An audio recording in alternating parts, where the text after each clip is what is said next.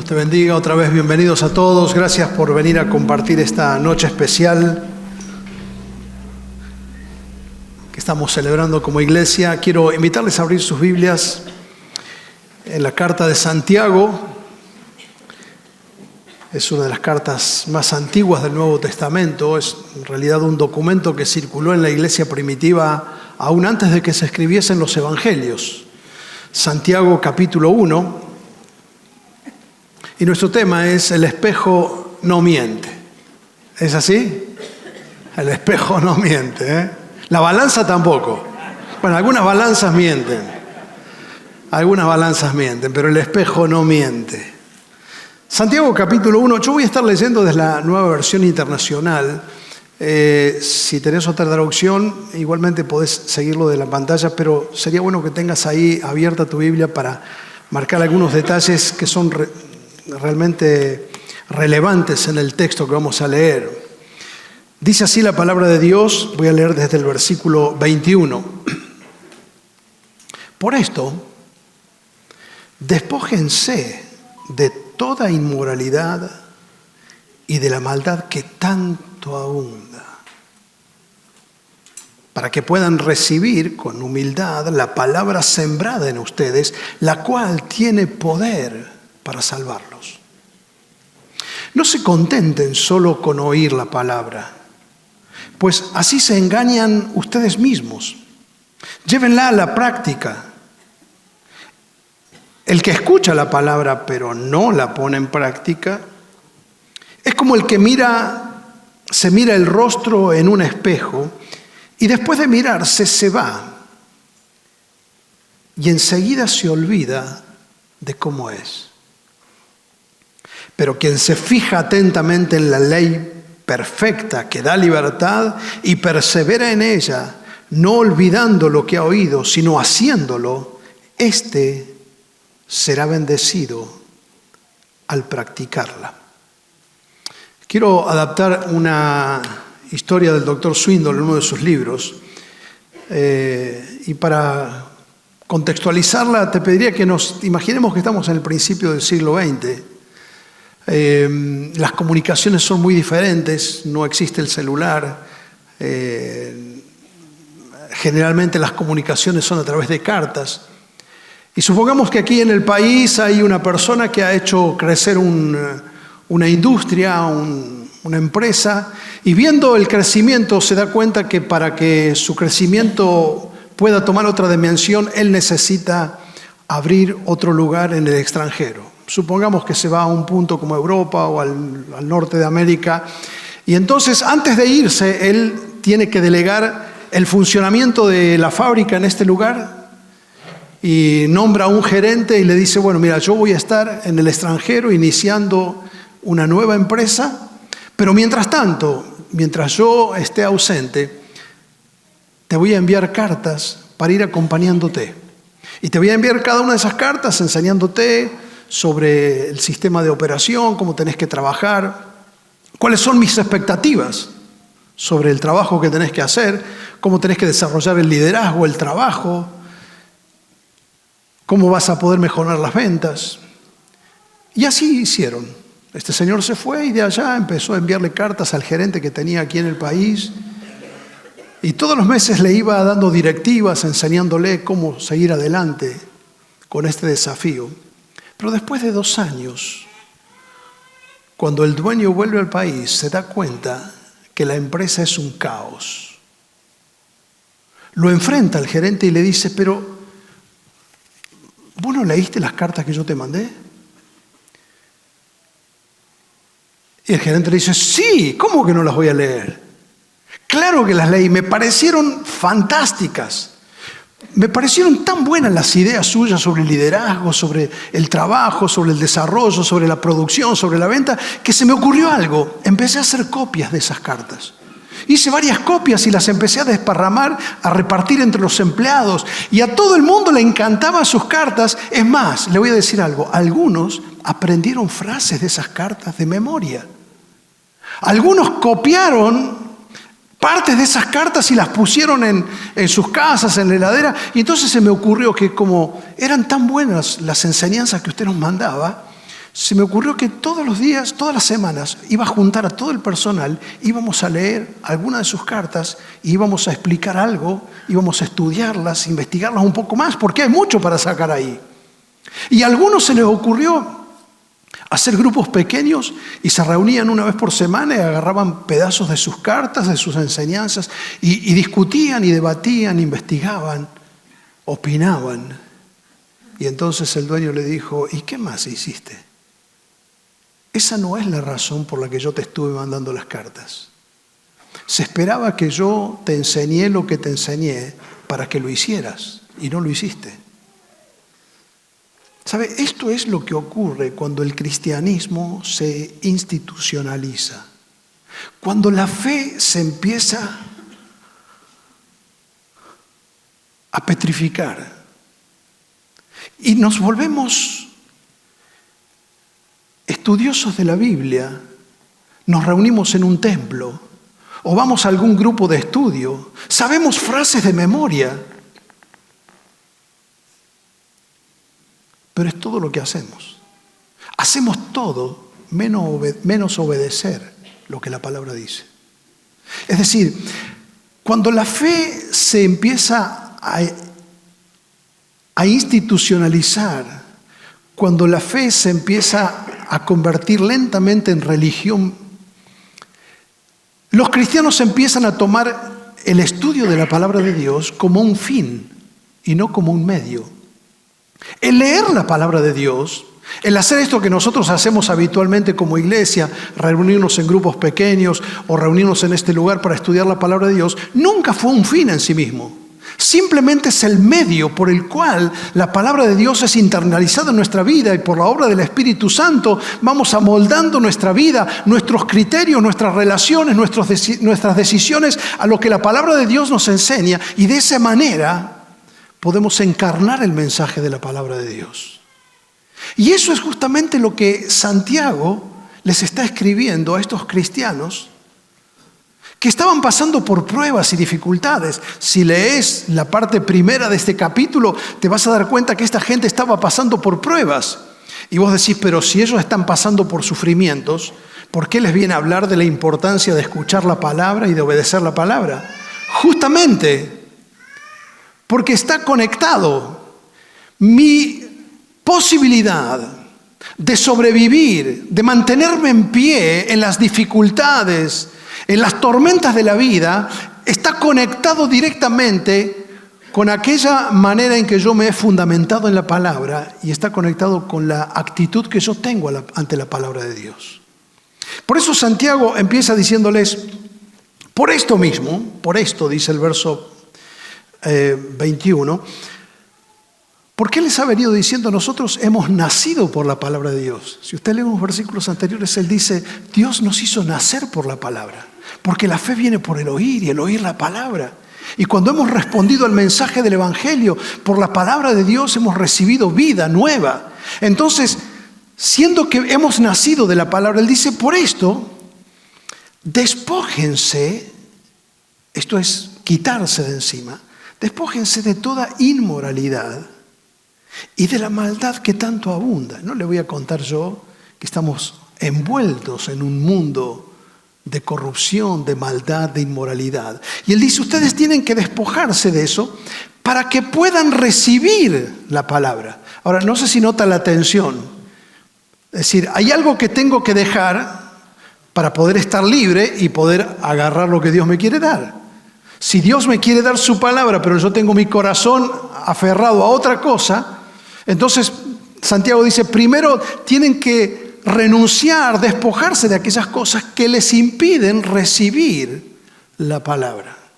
Usted imagínese que al lado de su casa hay un terreno y ha estado ahí por mucho tiempo, y basta con que usted tire alguna basura ahí, o aún si no lo hace, es muy probable que la gente del vecindario va a empezar a tirar más basura. Y le van a traer ramas secas, y alguno va a tirar las cajas que no le sirve, y otro va a venir y va a tirar parte de desechos y zapatos viejos y bolsas de nylon, y pronto usted tiene un basural ahí. Y un día se harta de ver tanta basura y tiene la feliz idea de hacer una huerta, una quinta. Y entonces compra semilla y empieza a tirarla en el terreno, sobre la basura. Nunca va a crecer. Santiago le está hablando a gente que sabía lo que era cultivar la tierra con la mano. Y ellos sabían que para que la semilla lleve fruto, primero hay que sacar las piedras, limpiar el terreno. Y esta es la figura que él usa. Él dice, despójense de todas esas cosas para que con humildad puedan recibir la palabra sembrada. Está usando la figura de una semilla. Si yo estoy tan embarullado en mi vida, que tengo en mi cabeza tantas cosas que desagradan a Dios, si vivo con rencores, si vivo con una mente metida en el pecado, si vivo con un corazón amargado, si vivo atado a vicios y esclavizado a pecados, ¿cómo puede sobre eso la palabra de Dios llevar fruto? Santiago dice, no, hay que hacer un proceso de higiene. Y saben, el primer paso para una buena alimentación es la higiene. No solamente la higiene de las frutas o de las verduras o de lo que usted va a usar. Supongo que todos hoy nos hemos lavado los dientes y lo hacemos varias veces al día porque sabemos que nuestra posibilidad de comer no solamente depende de tener comida, depende de tener dentadura. Porque si usted tiene comida y no tiene dientes, entonces necesita un hábito que lo ha aprendido desde pequeño, la higiene bucal. ¿Cuántos hemos aprendido la higiene mental? Lo necesario que es cepillarse y sacarse las basuras que se nos van juntando. Continuamente se nos pega basura. Basura que, como en el terreno de lado, a veces tiramos nosotros y a veces nos tiran otros. Necesitamos la higiene de nuestro corazón mediante la confesión, el humillarnos delante del Señor, el arrepentimiento. Pero algo que nos ayuda en esto es estar frente a la palabra de Dios. La palabra de Dios es la que tiene el poder, dice Santiago, para salvar nuestras almas. Es decir, nuestras almas es lo que está en juego. Tiene poder para salvarnos, no solamente en un sentido futuro, sino darnos libertad y salvación de las trampas en las que continuamente estamos enredados. Entonces Él les dice, no se conformen o no se contenten solo con oír la palabra. Ahora, présteme atención. Si usted mira los primeros versículos de esta carta, se va a dar cuenta que los lectores, los que recibieron esta carta, venían de un trasfondo judío. Eran judíos que se habían convertido a la fe cristiana. Ahora, el judaísmo había pasado por un proceso muy espiritual, muy particular. El judaísmo tenía un sistema religioso que giraba alrededor del templo, donde ofrecían los sacrificios, había un sacerdote, y ahí hacían la adoración. Pero en el año 600 a.C., más o menos, ellos fueron invadidos por el imperio babilónico y Nabucodonosor les destruyó el templo. Y ellos fueron llevados al exilio. Y entonces estaban en un drama. ¿Cómo podemos adorar a Dios si no tenemos un templo? Y ahí nacen, algo que usted ha escuchado, las famosas sinagogas, que vienen a ser un reemplazo del templo.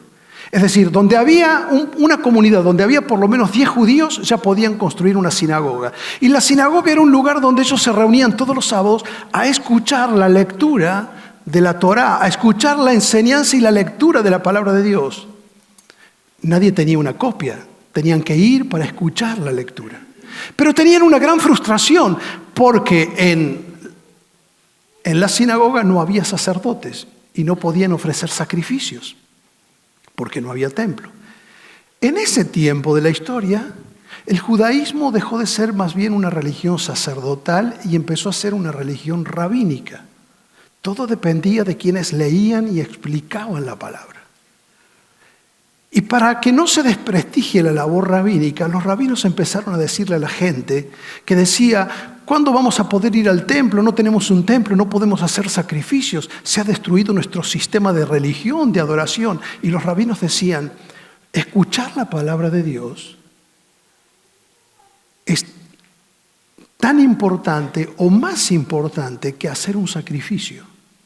Y en ese momento es cuando se empieza a revalorizar la importancia de leer y escuchar la Biblia, aún por sobre el ritual que hacían en el templo. De modo que aunque después construyeron el templo, muchos judíos siguieron viviendo su fe alrededor de las sinagogas. Es más, surgieron escuelas rabínicas, diferentes formas de interpretación, y toda la fe de ellos pasaba por ir a la sinagoga y escuchar que alguien leyera y explicara la palabra de Dios. Cuando ellos se convierten al cristianismo, vienen con esa impronta y piensan que la fe cristiana es más o menos como la fe judía, y es ahora reunirnos todas las semanas en un lugar para que alguien nos explique la palabra de Dios y escuchar atentamente y aprender. Y Santiago les dice: no se conformen con oír. Ustedes aprendieron en el judaísmo que oír era lo más importante. Él dice, porque si ustedes se conforman con oír, como dice el texto, el que es solamente un oidor se engaña a sí mismo. Es decir, uno entra en una fantasía, cree que por haber oído se siente con la satisfacción del deber cumplido. Yo ya cumplí con Dios, fui a la iglesia, escuché la palabra, y entra en una realidad virtual. Uno empieza a autopercibirse como una persona cristiana. Y uso la palabra intencionalmente, porque ustedes vieron que hoy hay gente que se autopercibe de una manera, no importa a lo mejor sexo masculino, pero se autopercibe femenino, otro se autopercibe más joven. Tenemos gente que se autopercibe más vieja para empezar a cobrar la jubilación antes. No sé cómo es esto de la autopercepción. En medio de todo este merengue hay gente que se autopercibe cristiana. Dice, yo soy cristiano. Yo voy a una iglesia. Yo escucho, me gusta escuchar al pastor, lo escucho en YouTube. Y han hecho de su fe un ritual de escuchar la palabra, hacer un comentario, quedarme con lo que me gusta y nada más. Pero Santiago dice, si eso no se conecta con lo que yo estoy viviendo, me estoy engañando. Daniel Goleman, el psicólogo americano, que fue muy famoso cuando escribió La inteligencia emocional, fue uno de los primeros que empezó a hablar sobre eso, escribió un libro que se llama La psicología del autoengaño. No lo hace desde la fe, él no se profesa cristiano. Pero él explica cómo el hombre tiene un sesgo cognitivo por el cual tiende a boicotearse a sí mismo y a engañarse a sí mismo.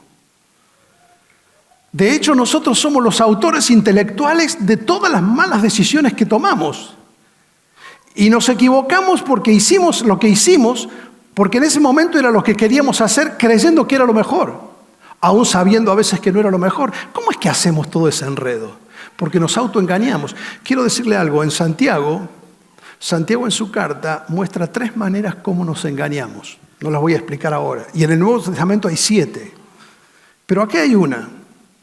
Nos engañamos cuando pensamos que el cristianismo, que la fe, es solamente dogmas, doctrinas, teoría, estudiar, debatir, posiciones teológicas, ir a un culto, escuchar la palabra y nada más. Santiago dice, si alguno es oidor pero no lo practica, se engaña a sí mismo.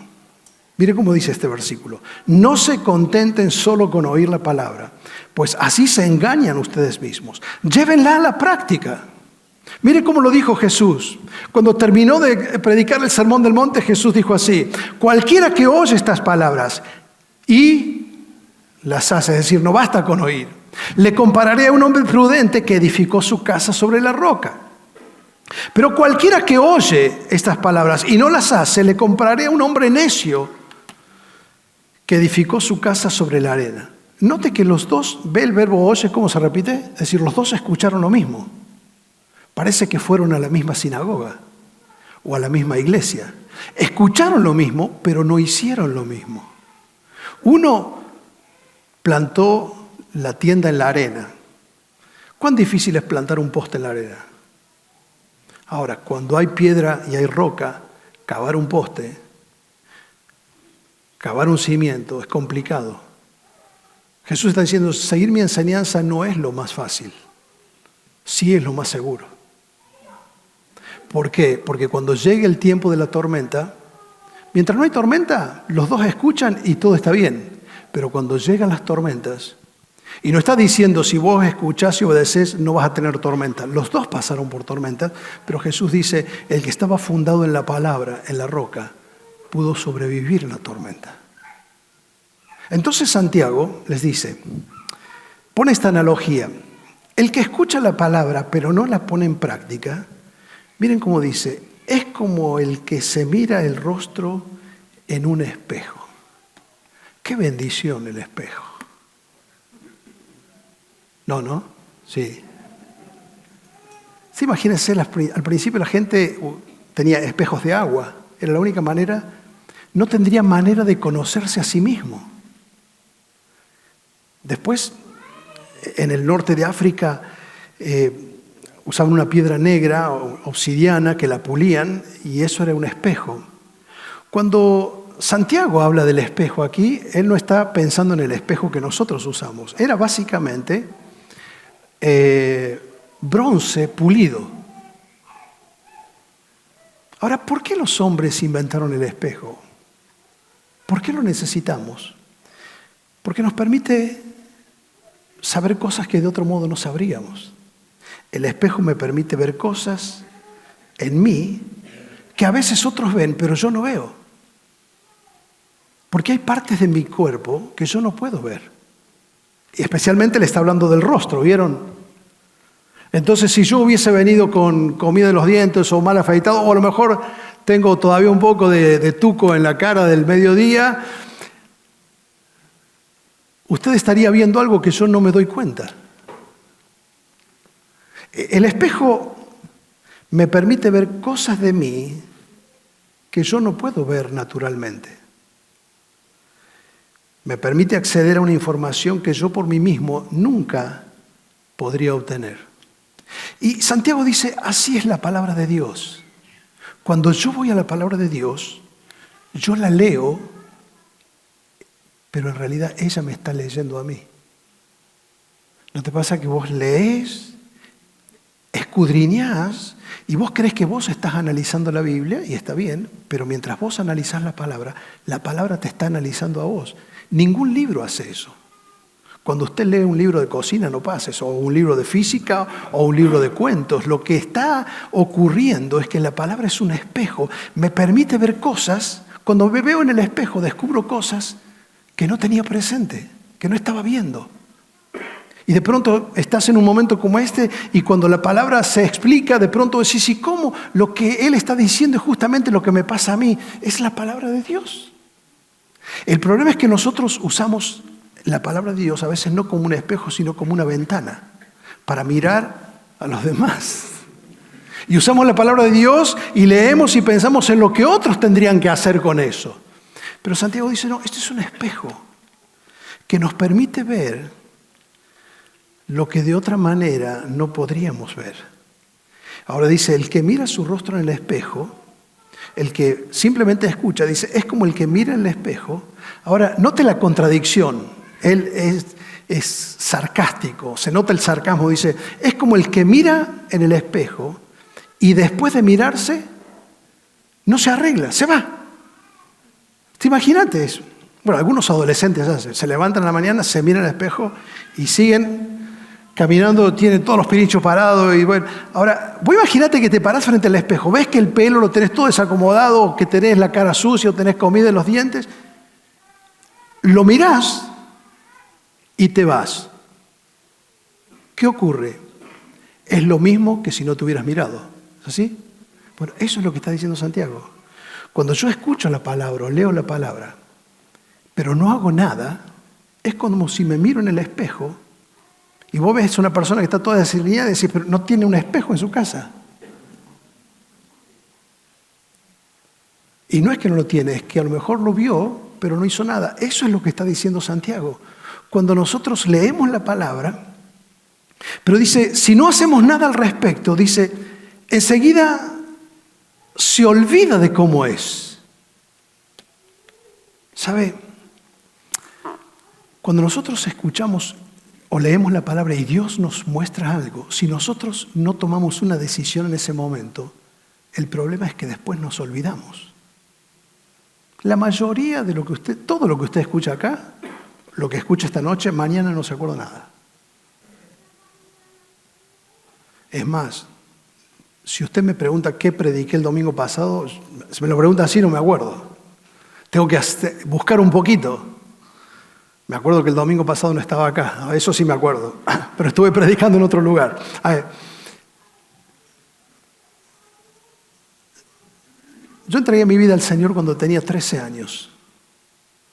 Sentí que en ese momento el Espíritu me llamó a que yo entregue mi vida a Jesucristo, me arrepentí de mis pecados, confesé a Jesús como mi Señor y Salvador. Yo no me acuerdo quién predicó ni me acuerdo el mensaje. Lo único que me quedó de ese día fue la decisión. Por eso cuando vos escuchás la palabra, dice la Biblia, cuando escuchas la voz del Señor, no endurezcas el corazón. Humillate ante la palabra, responde en obediencia, toma una decisión, porque lo que te va a sostener en el tiempo es eso. Dice, la persona que no responde correctamente, después se olvida cómo era. ¿Sabes que si nosotros nos desconectamos de la palabra, nos olvidamos quiénes somos? Viktor Frankl, psiquiatra austríaco que estuvo prisionero en el campo de concentración en Auschwitz, él cuenta en un momento, en uno de sus libros, que vio que en las barracas donde estaba en el campo de concentración se juntaron de pronto un montón de prisioneros y él pensó que habían encontrado comida porque hacían cola. Y entonces él fue allá para ver si podía tener algo de comida y cuando fue se dio cuenta que habían encontrado un espejo. Y los prisioneros hacían cola para mirarse un ratito. Hacía meses y meses que no se veían en un espejo. Y Viktor Frankl dice que cuando yo me miré, no me reconocí. Había adelgazado tanto, lo habían rapado, su piel estaba pegada a sus huesos, su piel se había vuelto amarillenta. ¿Sabes que cuando nosotros no nos conectamos al espejo de la palabra, nos terminamos desconociendo a nosotros? No sabemos quiénes somos, ni sabemos quiénes somos sin Dios, ni sabemos quiénes podemos ser con Dios. Y Santiago está diciendo, es muy fácil que nos olvidemos, por eso tenemos que prestar atención. Dice, pero el que se fija atentamente, ese adverbio de modo es enfocarse, y es la idea de cómo una mujer se mira en un espejo, que no se mira igual que un hombre. Mira cada detalle, cómo tiene que estar cada pestañita. Se lleva después un espejo en la cartera para seguir controlando que todo sigue igual como lo puso cuando salió de la casa. Y sube al auto y acomoda el espejo no para ver si viene alguien atrás, sino para ver si siempre las pestañas siguen en orden y todo está como tiene que estar. Santiago está diciendo esto, mirar con intencionalidad, con el corazón. Mire, si nosotros tomásemos la palabra de Dios así, en vez de abrir la Biblia y mientras voy contestando mensajes y mirando los estados de WhatsApp, el Instagram, en eso leo un texto, prendo la tele, todo está mezclado. Vengo acá y estoy en la reunión, incluso estoy pendiente del celular. Santiago está hablando de poner una intención atentamente en la perfecta ley, la ley de la libertad. Porque la palabra de Dios es perfecta porque no le podés agregar nada ni le podés quitar nada. Aunque legalmente se dice que toda ley es perfectible, la palabra de Dios es perfecta, como dice el Salmo 19, y produce libertad. Vos decís, pero la ley coarta la libertad. No, la ley de la palabra de Dios es la que te permite vivir en libertad. Jesús dijo, van a conocer la verdad y la verdad es lo que te hace libre. El tener los parámetros morales de la palabra de Dios nos da libertad. Cuando los chicos van a jugar al fútbol en el campito de la esquina, ¿qué es lo primero que hacen? Ponen los límites. Si no, no hay libertad para jugar. Y jugar, bueno, se va cuando toca la pared y de aquel lado se va en el cordón. Porque si no hay límite es un caos. Y el arco, ¿se acuerdan cómo armábamos el arco? No teníamos ni dos palos, poníamos un pullover de cada lado. Nosotros sabíamos poner una bicicleta dada vuelta para poner... Y cuando pateaba a alguien y decía al ángulo, vos decís, no, fue alto. Vos no sabías nunca dónde estaba adentro, dónde era afuera. Es un caos cuando no sabes a dónde empieza y a dónde termina. Los límites, pero cuando hay límites, cuando tenés la cancha marcada, cuando el arco tiene dos parantes y tiene un travesaño, Cuando están los límites, vos tenés libertad para jugar. Sabes cuándo estás adentro y sabes cuándo estás afuera. Nosotros vivimos en un mundo que ha borrado todas las líneas y ahora no sabemos dónde estamos parados. La palabra de Dios te da libertad. El pecado te esclaviza porque dijo Jesús, el que practica el pecado se vuelve esclavo del pecado. Yo soy libre para hacer lo que quiero, pero después no soy libre para dejar de hacerlo. Entonces Santiago dice, la palabra de Dios es la que te da libertad. Entonces, el que se fija atentamente en la palabra de Dios, y no solamente que se fija en ella, sino que persevera, es decir, se lleva con la decisión y va reteniendo la palabra, recordándola en cada decisión. Jesús dijo a unos que habían creído en Él, Juan capítulo 8, dice así, verso 31, si permanecen, si perseveran en mi palabra, serán verdaderamente mis discípulos y conocerán la verdad, y la verdad los hará libres. Cuando uno tiene esa actitud de obediencia y de perseverar, dice, no se olvida, no es un oidor olvidadizo.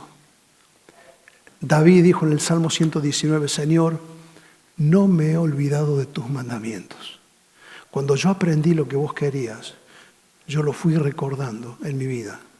No me he olvidado de tus mandamientos. No me da lo mismo lo que Dios dice. No es que me miro en el espejo y después voy y sigo igual. Y entonces dice, el que hace eso no se ha olvidado. Qué desconcierto hay cuando nosotros tenemos una mente de recordación, una memoria evocativa o evocadora, y tenemos una memoria operativa para funcionar en el instante. ¿Y te pasa que de pronto abrís la heladera y no sabes para qué la abriste?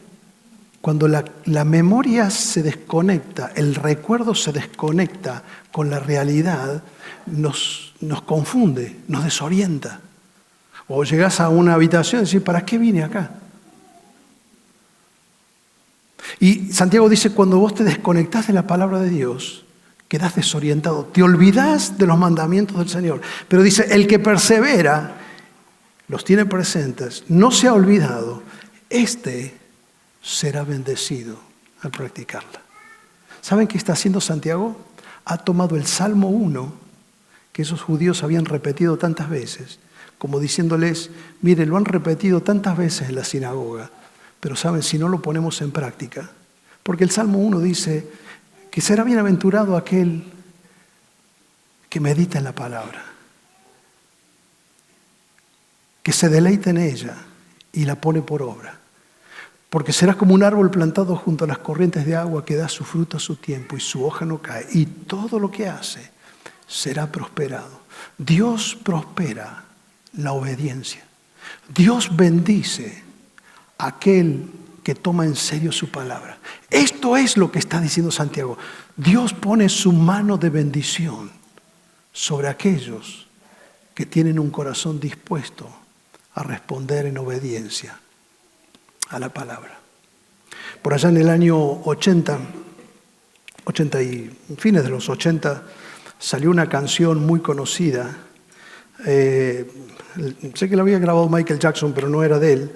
Se llamaba El hombre en el espejo y se difundió rápido porque tocaba la sensibilidad de todo el mundo, porque tenía la idea de que, bueno, uno ve tantas cosas mal en el mundo y habla un poco del hambre y de los que sufren. Y el estribillo más o menos decía, bueno, voy a cambiar el mundo y voy a empezar por el hombre que está en el espejo. Y básicamente, si queremos cambiar algo, el primer lugar por donde siempre se empieza para cambiar la vida, el matrimonio, la familia, es por el hombre y la mujer que vemos todos los días en el espejo. Y cuando vos vas al espejo de la palabra y Dios te muestra, es el momento para humillarnos y decir, Señor, quiero tomar el compromiso de obedecer tu palabra. Henry Nouwen, un sacerdote católico, el que he leído mucho, me encantan sus reflexiones. Después de 30 años de su ministerio como sacerdote, tomó un hizo un retiro de silencio. Se fue a un lugar solo y el propósito era estar todo el tiempo en silencio y solamente leer los evangelios. Y mientras él releía en silencio los evangelios, cuenta, en un momento el Espíritu Santo sentí que hablaba a mi corazón y me interpelaba con una pregunta. Él dice, en ese momento sentí que el Espíritu me preguntaba y me decía, después de 30 años de servir a Jesús, después de tantos años de hablar de Jesús, después de tantos años de seguir y servir a Jesús, después de tantos años de leer las enseñanzas de Jesús, ¿te pareces más a Él? ¿Qué pregunta? Y es una pregunta que nos atraviesa a todos nosotros, que me lleva a preguntarme, después de tantos mensajes, después de tantas reuniones, algunos de nosotros nos hemos criado en eso, en campamentos, la escuela bíblica, las reuniones de jóvenes, la célula, venimos a la iglesia, escuchamos. La pregunta es, después de tantos años de escuchar la palabra, ¿nos parecemos más a Jesús? Porque si seguimos igual, Santiago dice, nos estamos engañando solos. Estamos jugando a mirar en el espejo. Pero nada más. Y el espejo no miente. El espejo de la palabra de Dios nos llama, nos muestra aquello que de otra manera no podemos ver. Y David frente a eso le dice, Señor, examina mi corazón y pruébame.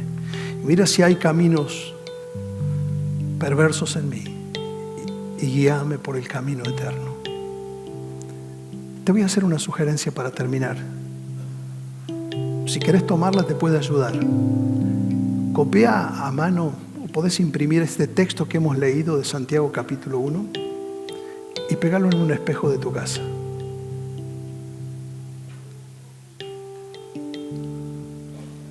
Y abajo ponele esto: Señor, ayúdame a recordar quién soy. Porque la palabra nos ayuda, es el espejo que nos ayuda a saber quiénes somos. Señor, ayúdame a recordar quién soy sin ti. Porque sin ti puedo hacer cualquier locura. Señor, ayúdame a recordar quién soy sin ti. Ayúdame a recordar quién soy por ti. Y ayúdame a recordar siempre lo que puedo llegar a ser en ti. Padre Celestial, queremos humillar nuestro corazón en esta noche. Algunos de nosotros nos hemos vuelto tan religiosos, meticulosos.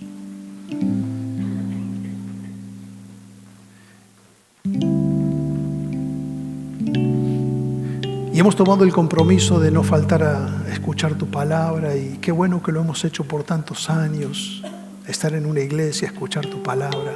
Algunos de nosotros, gracias a Dios, tenemos el hábito de leer cada día tu palabra y necesitamos cada una de estas cosas. Pero Señor, hoy nos atraviesa esta pregunta: ¿somos más parecidos a Jesús después de todo esto? Señor, inclina nuestro corazón a tus caminos. Despierta en nosotros una nueva sed por amar tu palabra, por no olvidar tus mandamientos, por responder a cada vez que el espejo de tu palabra nos muestra algo que debe ser quitado, cambiado. Te necesitamos, Señor. Ayúdanos a recordar lo que somos sin ti. Ayúdanos a recordar lo que somos en ti. Ayúdanos a recordar siempre lo que somos y seremos por ti. En el nombre de Cristo Jesús. Amén.